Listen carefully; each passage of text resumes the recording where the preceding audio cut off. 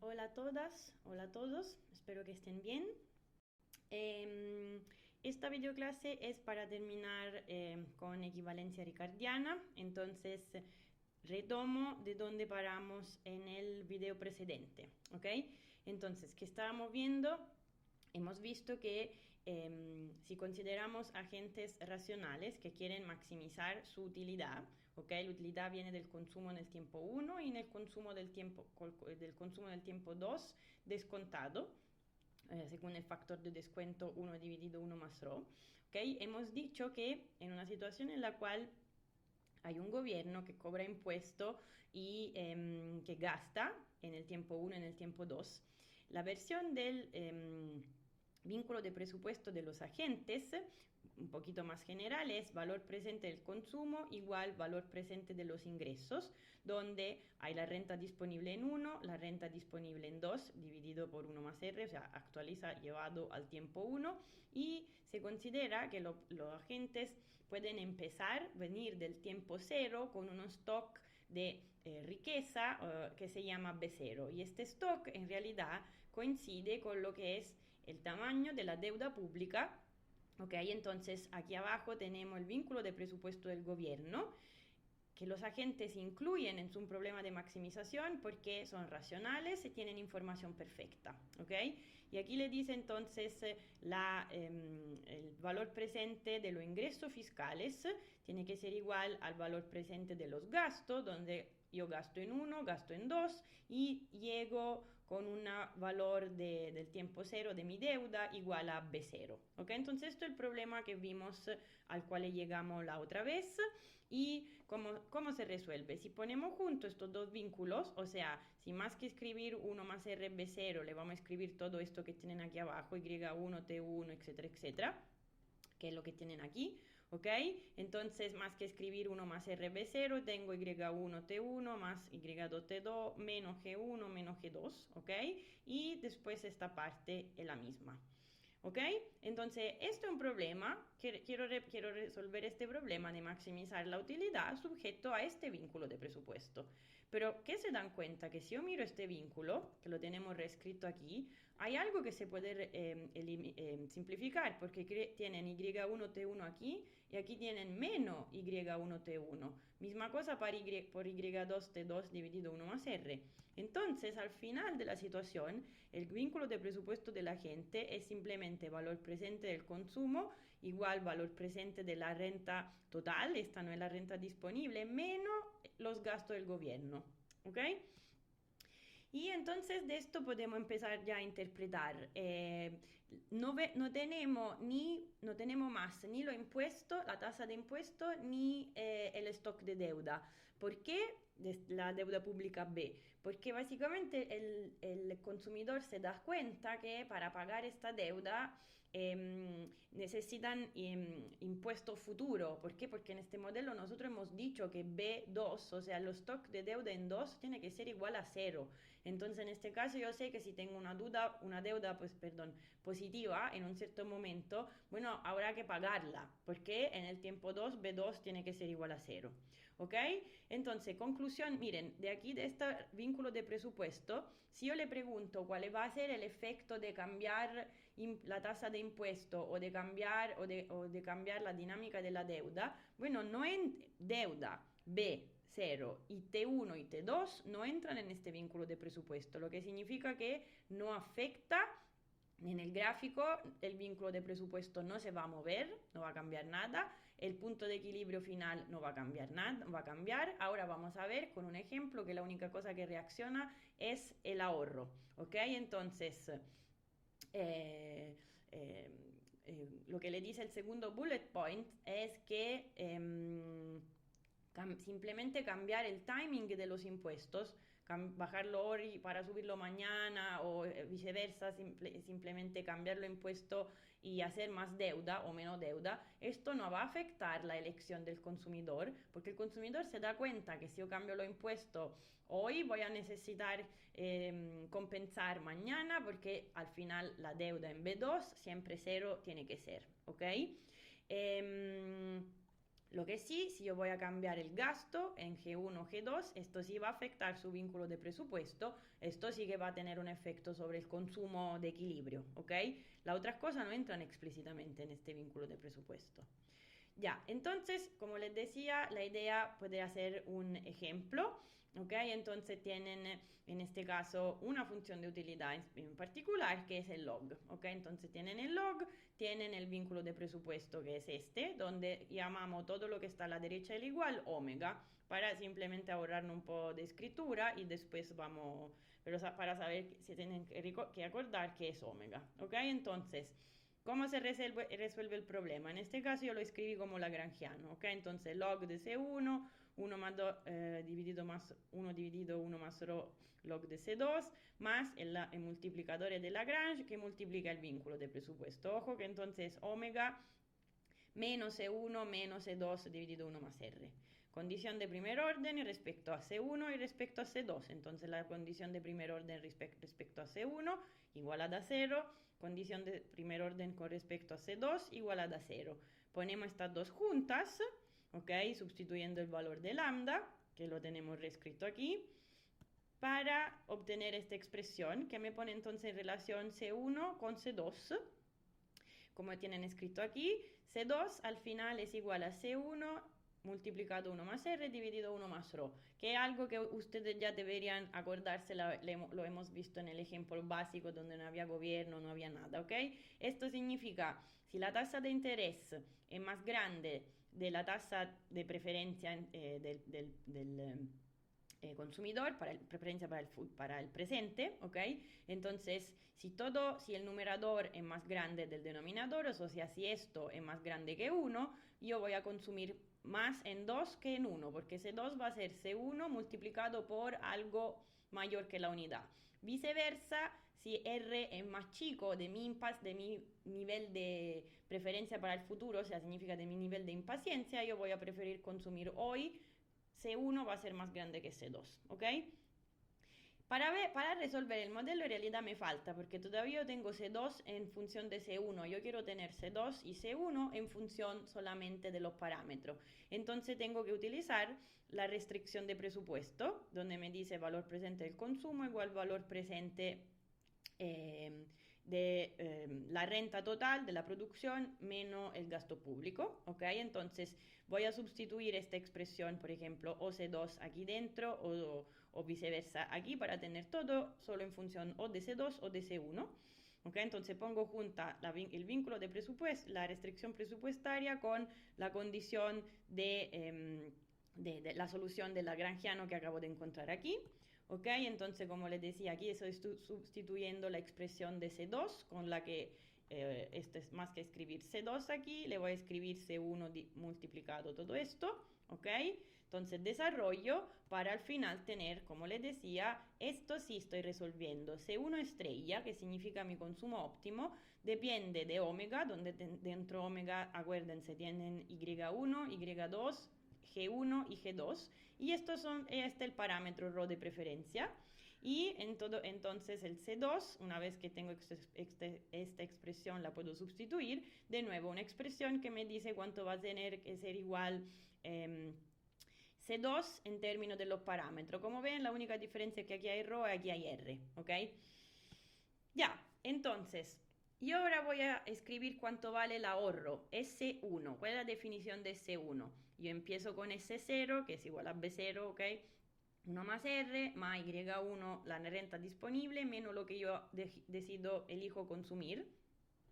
Misma cosa para S2. Y voy a sustituir aquí dentro la expresión de C1 y de C2 que hemos encontrado. ¿Ok? Aquí yo tengo una expresión del ahorro en el tiempo 1 que depende de la exógena del modelo, Y1, T1 y lo que entra dentro omega, que de nuevo es y G, gasto público, es misma expresión para S2. ¿Ok? Entonces, lo que les decía antes, si yo cambio algo, miren, volvemos aquí. Si yo tengo la expresión de C1 y C2, C1 y C2 dependen solo de Y1, Y2, G1, G2 y los parámetros R y ρ. Entonces, si yo cambio la tasa de impuesto, el consumo óptimo no va a cambiar, porque dentro omega no entran los impuestos, ¿ok? perdón, hago un poco de salto, pero justo para recordarnos quién es omega, es esta cosa que tienen aquí, Y1, Y2, G1, G2 y R, ¿ok? Entonces, si yo cambio las tasas de impuestos, no va a cambiar C1 y C2 estrella. ¿Quién va a cambiar? Va a ser S1 y S2, porque T1 y T2 entran aquí, ¿ok? Entonces lo que le estás diciendo es, si yo cambio la tasa de impuesto y no cambio el timing, subo T1, después bajo T2, subo T2, todo lo que quiera hacer yo, el efecto va a ser impactar el ahorro. No voy a impactar el consumo, porque los agentes internalizan que cambiar los impuestos significa, no, ¿cómo decir? Si cambio solo los impuestos y no cambio el gasto, quien se ve afectado es la deuda, pero la deuda en su mismo yo sé que B2 tiene que ser igual a cero. Entonces yo sé que si la única cosa es cambiar los impuestos, al final es cambiar en timing, tener más deuda hoy, por ejemplo, pero significa que tengo que pagar más mañana. Entonces yo no cambio mi consumo óptimo, porque yo soy un agente racional, estoy anticipando todo, ¿ok? Y entonces... Ah, perdón, lo tenía escrito aquí, se me había olvidado que lo había reescrito abajo. De nuevo, aquí le dice omega, la expresión de omega. Entonces, en este caso, le está diciendo, cuando yo cambio G, el gasto, yo afecto el ahorro y el consumo, correcto, pero si yo cambio los impuestos, yo voy a afectar solo el ahorro, no voy a afectar el consumo, ¿ok? Óptimo, se entiende. Entonces, aquí un ejemplo. Imagínense que la combinación es que ustedes tienen este nivel de ingreso inicial, este punto, ¿ok? Su ingreso inicial significa 1 más RB0 más 1 menos D1, Y1, y mañana va a tener 1 menos D2, Y2. ¿Cuál es su consumo óptimo? Este punto. ¿Qué está haciendo usted? Está consumiendo hoy menos de cuánto gana hoy, de su ingreso hoy. Entonces, en este caso usted está su preferencia es ahorrar hoy para consumir mañana más de lo que va a ganar, ¿ok? Ahora se ve que si yo la única cosa que hago aquí es cambiar las tasas de impuestos, voy a cambiar de donde está este ingreso inicial, ¿ok? No voy a cambiar el consumo óptimo. Entonces, lo que le dice aquí, imagínese que la única cosa que cambia, imagínese que en términos de gasto, estamos anunciando G1 y G2 y esto no cambia.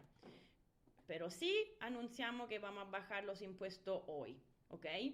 Ahora, lo que cambia es el punto inicial. El punto óptimo no va a cambiar para nada. Y entonces lo veamos aquí. Esto es el punto inicial. Si yo le digo que bajo el nivel de impuesto, significa que usted va a tener una renta más aún alta hoy, entonces va a tener este punto. Pero usted sabe que puesto que es bajar los impuestos hoy, significa que en un cierto momento, que en este caso es mañana nomás, tengo que subirlo porque B2, la deuda, tiene que ser igual a cero en el tiempo 2. Entonces yo ya sé que en realidad mañana voy a tener menos renta porque mañana van a tener que subir los impuestos. No es necesario que el gobierno me lo diga, yo lo sé, ¿ok? Porque sé cómo funciona su budget y sé que si hago menos impuesto hoy con el mismo nivel de gasto voy a tener más deuda, por ejemplo. Y yo sé que la deuda a un cierto momento hay que pagarla. Este modelo tiene dos periodos, la deuda hay que pagarla mañana sí o sí. ¿Ok? Entonces no cambia el consumo óptimo, la única cosa que cambia es cuál sería el punto inicial. ¿Ok? Entonces todo esto es lo que que le acabo de contar. Conclusión, la equivalencia ricardiana dice que si yo cambio solo el nivel de impuesto, o sea, si hago más o menos deuda, esto se va a tener que reflejar en ahorro, no en cambios en la canasta del consumo óptimo. ¿Ok? Entonces le decía, vimos esto en clase. ¿Cómo hago yo para ver si la equivalencia ricardiana se observa en los datos? Debería estudiar algo que me muestre que cambia el ahorro público, ¿ok? Significa que yo hago más o menos deuda, por ejemplo, subo el nivel de la deuda o bajo el nivel de la deuda pública y ver qué pasa con el ahorro privado, ¿ok? En una situación en la cual no estoy afectando, no estoy cambiando el gasto, ¿ok? Entonces, Hay un paper, por ejemplo, de un economista chileno, que es Rodrigo Vergara, bueno, está considerando unos datos del 2001, entonces un poco viejo, pero nos interesa ver cuál es el efecto de una variable que sería, entonces en términos de las anotaciones del paper, habla de que es el ahorro privado, ¿ok? El ahorro privado es todo el ahorro menos el ahorro público.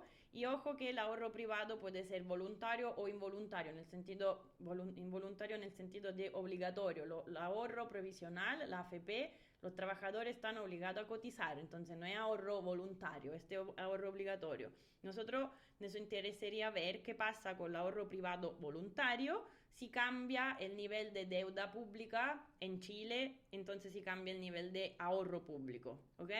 Entonces, esto les reporto la tabla que tiene en el paper, ¿ok? Entonces, aquí arriba ustedes ven cuál es la variable dependiente, ¿ok? Entonces, ¿qué pasa a la variable ahorro privado voluntario cuando cambia alguna de estas variables que están aquí a la izquierda? Y no voy a entrar aquí en los detalles de qué significa, cuáles son estas variables que tienen aquí. Me interesa simplemente que la variable que nosotros consideramos es esta, ahorro público en términos de PIB, ¿ok?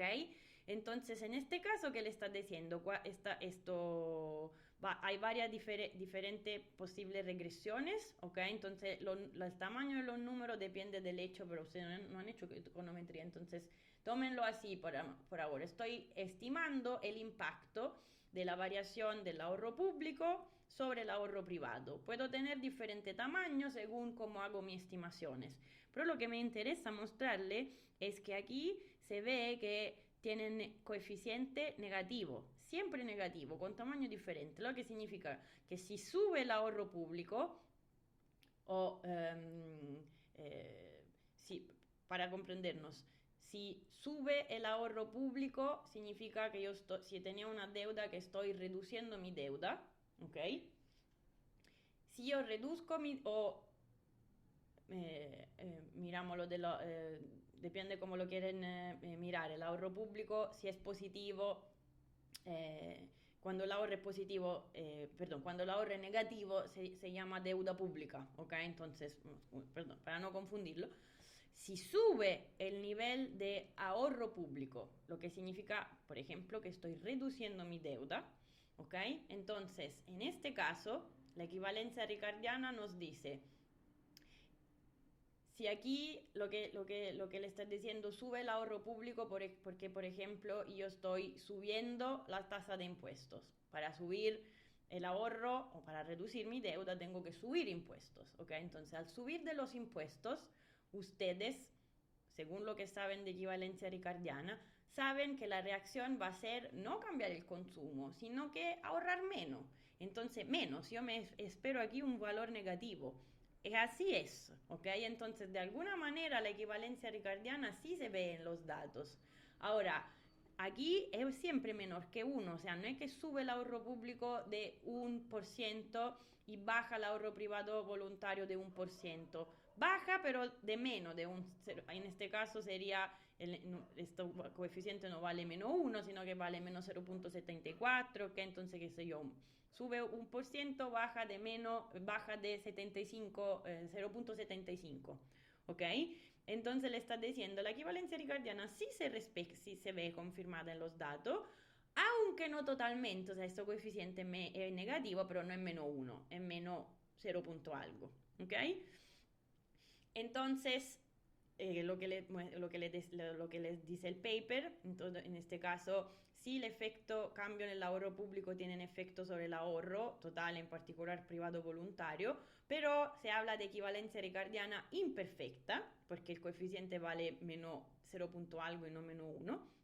Y entonces lo que le decía al principio, todo esto funciona bajo hipótesis muy importantes. Uno, que el mercado financiero es perfecto, usted le toma en préstamo o puede ahorrar, o le cobran o le pagan la misma tasa de interés.